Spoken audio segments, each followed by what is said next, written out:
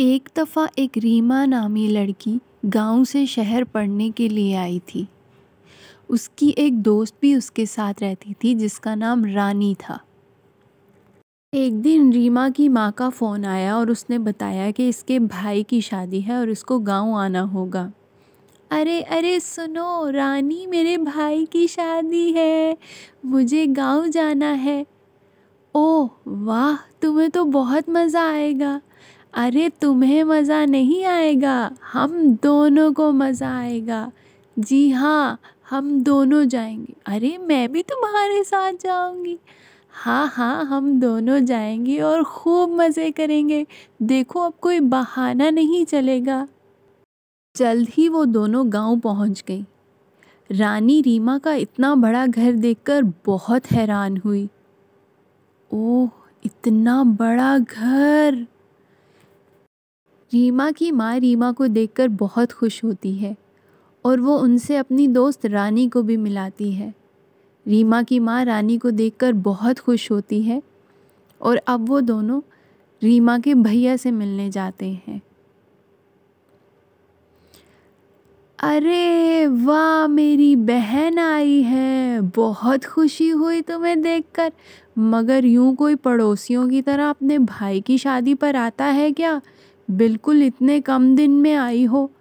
भैया वो एग्ज़ाम्स चल रहे थे ना, इसलिए मैं लेट हो गई ज़रा। मगर अब देखना, मैं कोई कमी नहीं छोड़ूंगी।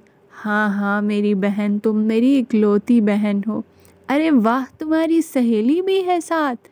हाँ भाई, मैं अपने साथ रानी को भी लाई हूँ। अच्छा, अब तुम दोनों आराम करो। रीमा रानी को अपने कमरे में ले गई और वो दोनों बिस्तर पर सो गए। रीमा के भाई की शादी बहुत ही धूमधाम से हुई और वो अपनी भाभी को घर लेकर आ गए। अरे रीमा, तुम्हारी भाभी कितनी प्यारी है, मगर इसने घूंघट क्यों ले रखा है? अरे ये गांव है ना, यहाँ पे ऐसा ही रिवाज होता है। मगर मैं इनका चेहरा देखना चाहती हूँ। हाँ हाँ, तुम्हारी ख्वाहिश पूरी हो जाएगी। अरे रीमा, ठीक है कि हम गांव में हैं, मगर तुम्हारी भाभी तो हमारे सामने भी घूंघट नहीं उठाती। अरे अभी वो शर्माती है ना, तुम देखना एक दिन वो ज़रूर तुम्हें अपना चेहरा दिखाएगी।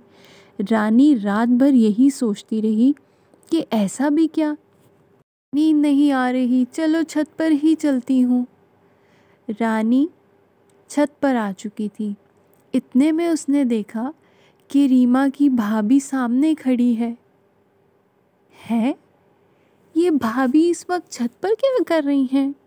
लगता है उनको भी मेरी तरह नींद नहीं आ रही।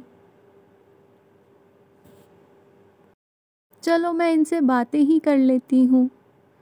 रानी ने देखा कि रीमा की भाभी छत के एक किनारे की तरफ गई। उन्होंने अपना घूंघट उतारा और चांद की तरफ देखना शुरू किया। आखिर मेरा ये ख्वाब पूरा हो ही गया। मैंने इस शख्स से शादी कर ही ली जिस पर मेरा दिल आ गया था। अब मैं एक एक करके इसके बाकी घर वालों को तबाह कर दूंगी ताकि मैं इसके साथ अकेली रह सकूं। रानी ये देखकर बहुत ही हैरान हुई। अरे ये भाभी किससे बातें कर रही हैं? इतने में देखा रानी ने कि भाभी का चेहरा बिल्कुल बदल चुका था। रानी ये देखकर बहुत डर गई और वहीं पर छुप गई। अरे ये तो चुड़ैल लग रही है, मुझे ये बात जाकर बतानी चाहिए। रीमा तो इस बात से बिल्कुल बेखबर है, मगर ये भाभी चुड़ैल कैसे हुई? रानी भागी भागी रीमा के पास पहुंची। रीमा उठो तो सही, रीमा मुझे तुम्हें एक बात बतानी है, तुम्हारी भाभी एक चुड़ैल। अरे चुप कर जाओ, मुझे लगता है तुमने कोई ख्वाब देख लिया है। नहीं रीमा, मैंने कोई ख्वाब नहीं देखा। मैंने छत पर देखा कि भाभी की शक्ल चुड़ैल की शक्ल जैसी है और वो पता नहीं किससे बातें कर रही थी। अरे रानी, तुमने ज़रूर कोई ख्वाब देखा है। चलो मेरी दोस्त, शाबाश, अब आयतल कुर्सी पढ़ो और फिर से सो जाओ। ऐसी बातें नहीं सोचते। मैंने तुमसे कहा ना, तुमने कोई ख्वाब देखा है। रीमा ने रानी की बात का बिल्कुल एतबार नहीं किया। आओ मेरे साथ, मैं अभी तुम्हें भैया के कमरे में दिखाती हूँ कि वो वहीं पर मौजूद हैं। तुमने ज़रूर कोई ख्वाब देखा। ठक ठक। अरे भाभी जी, कैसी हैं आप? मैं तो ठीक हूँ, लेकिन इस वक्त कैसे आना हुआ? अरे भाभी, मेरी दोस्त ने एक ख्वाब देखा था और वो पता नहीं क्या क्या बोल रही थी। आप ज़रा अपना घूंघट उठाकर दिखा दीजिए।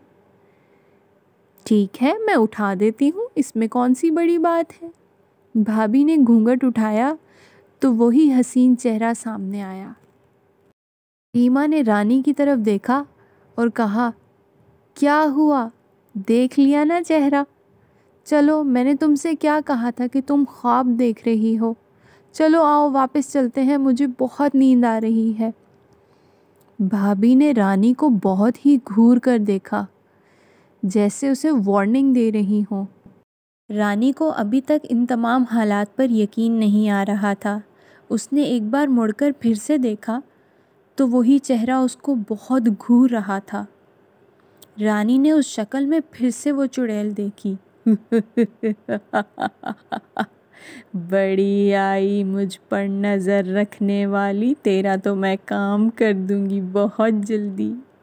कमरे में आके रानी ने एक बार फिर कोशिश की कि वो रीमा को यकीन दिला सके कि उसकी भाभी कोई और नहीं, एक चुड़ैल है।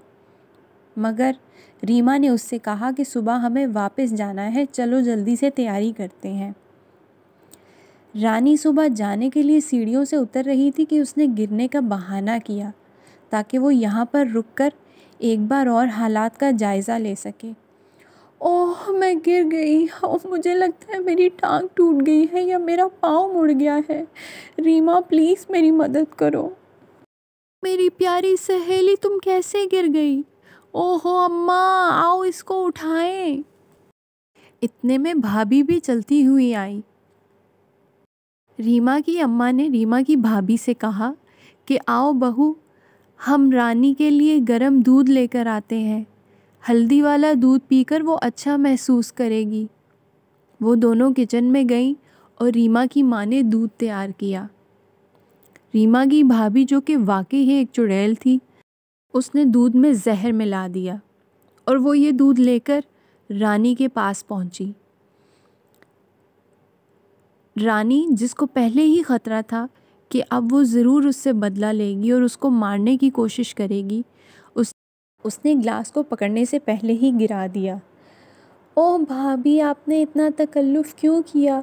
मैं अब बेहतर महसूस कर रही हूँ। ओह सॉरी भाभी। ये क्या किया बहू? माफ़ कीजिएगा अम्मा जान, मुझसे गलती हो गई। मैं ऐसा करती हूँ, दोबारा दूध ले आती हूँ। अरे बेटा, माफ़ करना, बहू नई नई है ना, अभी काम को समझ नहीं सकी। लड़की ने तो मेरे नाक में दम कर दिया है। मुझे इसको बहुत जल्द मारना होगा, बहुत जल्द। रात हुई और वो चुड़ैल फिर से छत पर गई।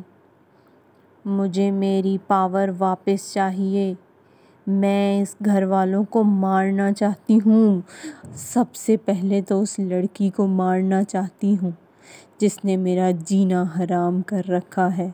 अब मेरे पास और वक्त नहीं है, मुझे पावर चाहिए, पावर।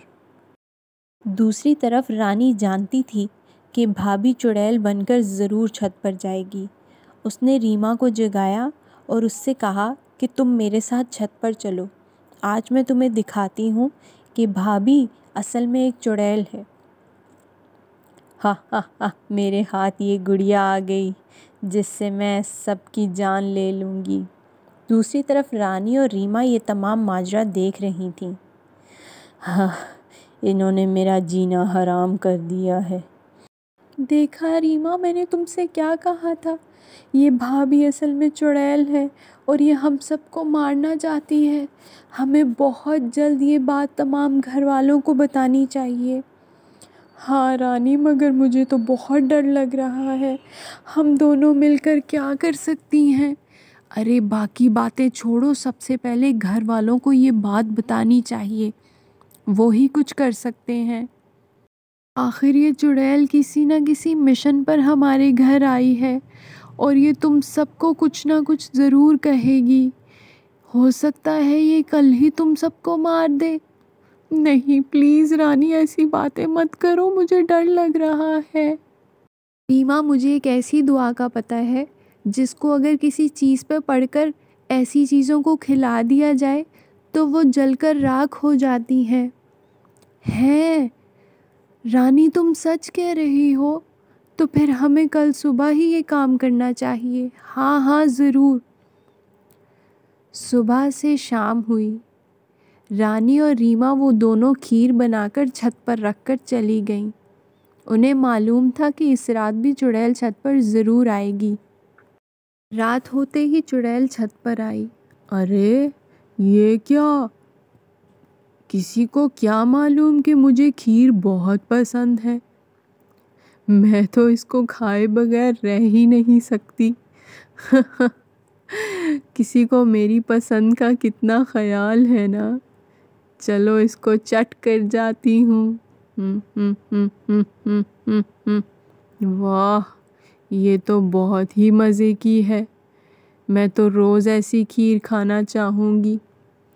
खीर खाते ही चुड़ैल धड़म से ज़मीन पर गिर गई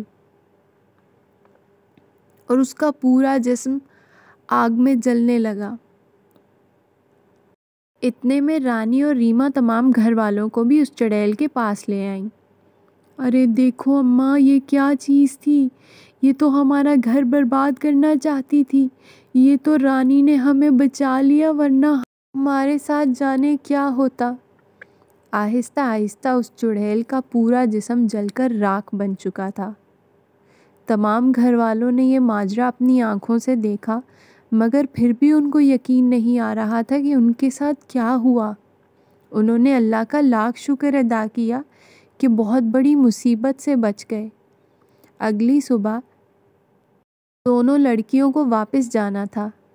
रीमा के बाप ने रानी से कहा, बेटा, अगर तुम्हें किसी बात से एतराज़ ना हो तो मैं तुम्हें अपनी बहू बनाना चाहता हूँ। रानी ये सुनकर बहुत खुश हुई।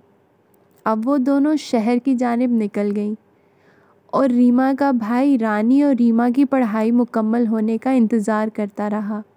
पढ़ाई मुकम्मल होते ही दोनों की शादी हो गई और अब रानी रीमा की भाभी बन चुकी थी और वो सब हंसी खुशी रहने लगे।